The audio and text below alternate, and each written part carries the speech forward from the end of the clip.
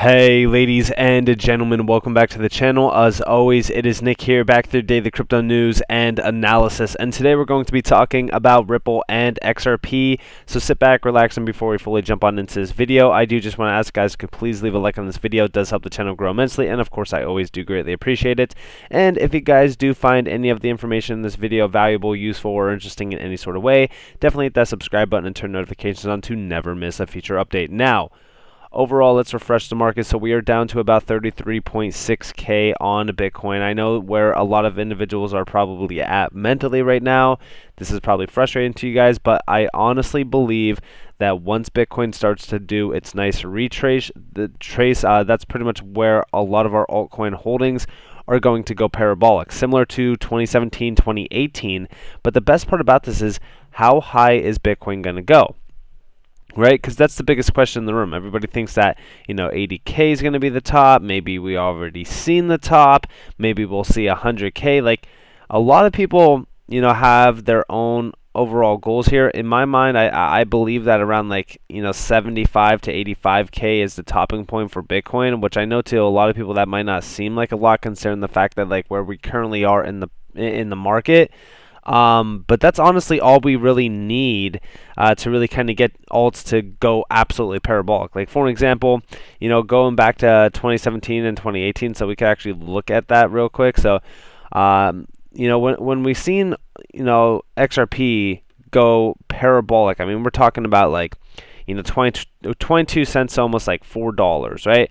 That was around $8,790 to just $20,000. So $12,000, really kind of positioned the market for that major move up, and it was huge, right? And currently we're at 33.5K. This dip is hard for a lot of people to kind of get past, because of course emotions are, they're terrible. I mean, honestly, there's no way to, really kind of sugarcoat it. I mean, when you're an emotional trader, you're really a bad trader at the end of the day. And I don't say that to be, rude or disrespectful, but, when you let your emotions get the best of you, that's when you start making very bad decisions. That's where you start selling at a loss. Maybe you're, throwing money around, like you're converting XRP to this, you're converting, that to whatever, a coin.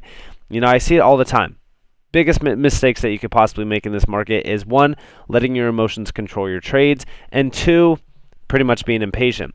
Now, of course, we do see, 50% crashes happen during bull markets. Everyone is flipping bearish, but I'm more bullish than ever. There's a 1% because the herd is always wrong. Now, I actually just recently tweeted something out, similar to this. I actually said, everyone is bearish expecting a bear market. This is exactly why I remain calm and bullish. In crypto, you do the opposite of what the herd is doing, because 9 times out of 10, the opposite always happens. We've seen this back in, the summertime. I remember everybody was calling a bear market back in the summertime. And although, was it rough? Yeah. I mean, I'm not going to lie and say that this was not, a rough dropping point, going from almost 60K, right, all the way back down to, about 30K. It was like a 50% plus retracement. And now, our topping point is around 69K, and we're at pretty much 33.5K.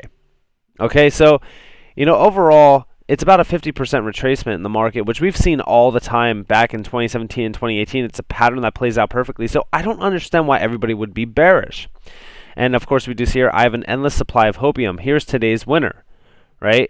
And we have the S&P 500 right next to, of course, Bitcoin. Now, this is before the S&P 500 did this massive rally from 1,600 almost to about almost 5,000. Okay, and if Bitcoin kind of repeats that same pattern, we will see 180 to 200K, but I don't think that that is the case. In fact, when we're talking about the S&P 500, comparing it to Bitcoin, it just doesn't really make too much sense to me. My targets have always been around the 75 to 85K mark, with topping points around the 100 to 120K marks if we do have that blow off top. But of course, even we do see Crypto Bull God here saying, I've not seen a single chart / data science model indicating 69K was our top. So while our bottom during this correction is lower than I suspect it, I still believe we will have a massive bounce back at some point and resume our march towards our euphoric blow off top. And I do completely agree. when we're talking about, euphoria through this market, what is really going to be the pusher of that, right? Like, where's the money going to flow from? Well, we do see institutions are getting in on crypto. We see NFT adoption, growing every single day. I honestly think that when we're talking about catalyst events that are going to push the narrative for crypto adoption, it's just going to be retail demand. We're going to see, Super Bowl commercials. We're going to see, retail being pushed and pushed and pushed to get into crypto. We are already seeing that now. Like, I just watched UFC over the weekend, right? Boom, crypto.com, logos everywhere. Because, people are finally warming up to what crypto is. It's not just a speculative, asset class. This is going to be $100 trillion plus asset class eventually. Raw Powell, even says $200 trillion for this entire market by 2030. I completely agree. I think that we get there fairly easily. Now, of course, when we're talking about XRP, the blow-off top event, I've always said around $10 to $15 is my target points for this. I think that we easily hit double digits, especially on this next major run up on Bitcoin. Like I said, go back to December of 2017, 25 cents before we ran to about almost $3.84 on some exchanges. On this one, it's shown, about $3.50. Now, remember, back in 2017, there was not much going for this overall market. There was actually not much behind XRP. But of course, now we see this SEC case, right? For an example, this SEC case, in my mind, is a major domino effect. So first off, we've seen an update. Okay, the SEC is trying to delay the overall, case yet again. They requested an extension of time from Judge Torres to file objections to Judge Netburn's, DPP ruling. The SEC had two different routes to take in response to Judge Netburn's DPP ruling. First, it could request that Judge Netburn, pretty much just talking about how they're going to try to reconsider her ruling, or second, it could have filed objections to Judge Netburn's ruling directly with Judge Torres. It's overall just just nonsense. Like, if we actually look here, the SEC won't win this motion mainly because the evidence it wants to submit is not new. And in my opinion, the purpose is not to hide the emails from the judge. That cat is out of the bag. That leaves three possibilities, right? Delay, make a record for appeal, or delay. They're going to continue to try to delay this court. We see here generally reconsideration requires an intervening change of controlling law, the availability of new evidence, or the need to correct a clear error or prevent manifest injustice. And of course, we know Jeremy Hogan has been on this forever. He's even talking about the delay is obvious. This is no less than the fourth request by the SEC for an extension of time in this case. And as we discussed before, time is on the SEC side and litigation is war. You, the retail holder, are just as civilian casualties. And that is pretty much it, right? Like, when we're talking about this, yeah, we have to remain patient. Am I going to be upset that this is getting ranged on? Absolutely. I mean, I honestly think that XRP's price has been suppressed for far too long. But I think that XRP is going to have an incredible year nonetheless. And I think that we will hit some major figures, aka double digits. The reason why is because we're still seeing mass adoption of on-demand liquidity. Now, of course, this is talking more so about Azimo. We know Azimo has been an old, partner of Ripple, but again, when we're talking about on-demand liquidity, XRP made up for 1/4 of that massive amount of volume that we've seen in 2021. We're going to see that continuing to grow and grow and grow. Just in general, right? When we're talking about the things that XRP has been a part of this year, first off, this was huge, right? SMCC Card, along with SBI SEC and SBI VC Official, has launched an XRP reward campaign in Japan. Now, to a lot of people, this might not seem like a lot, right? But when we're talking about this, SMCC, Sumitomo Mitsu Credit Card, I hope that I said that right, the largest credit card company in Japan, users will be able to earn 3% rewards in XRP based on their card usage during the campaign. Like, I know that this might not seem like a lot, but this still allows for a lot of retail individuals to, one, hold XRP, two, be aware of what XRP is and what they're doing, and of course overseas, right? If you know who SBI is, first off, you directly know what Ripple is with XRP. That is why I love the fact that Ripple has not, taken a knee, for an example, with this SEC lawsuit. Like, they could have easily have said, okay, let's just settle this case out. Like, they had the choice to settle, but they know what they are doing. They know what XRP is, they know the technology behind this, and they know how powerful it is. So why would they submit to, for an example, the SEC over something as dumb as, them pretty much selling XRP to on-demand liquidity customers for them to pretty much sell in the open market? And the reason why they did that is to, one, provide value to those on-demand liquidity customers, but also once it's out of their hands, they have no control over that. And of course, did Brad Garlinghouse and Chris Larson sell some XRP? Of course they did. But what CEO around here doesn't, right? Like, are you trying to tell me that Charles Hoskinson hasn't sold any ADA? Of course he has, right? But XRP was targeted mainly because of the power it had over this market. If we go back to 2017 and 2018, we had 30+% dominance over this market. That's scary, especially if you are a Bitcoin or Ethereum holder, because that means that XRP is closing the gap. It's getting further and further ahead of the race to become the #1 crypto. But of course, here comes the SEC lawsuit.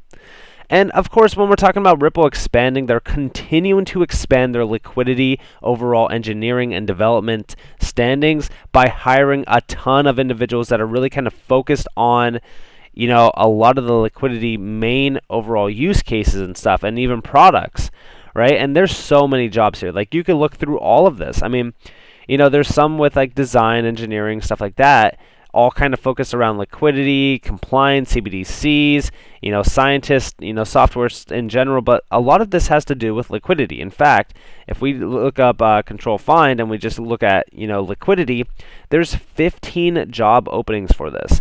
And it's all around engineering, crypto trading platform. They're trying to get that, crypto trading platform built out. The liquidity hub as well, which we've gone over, is huge.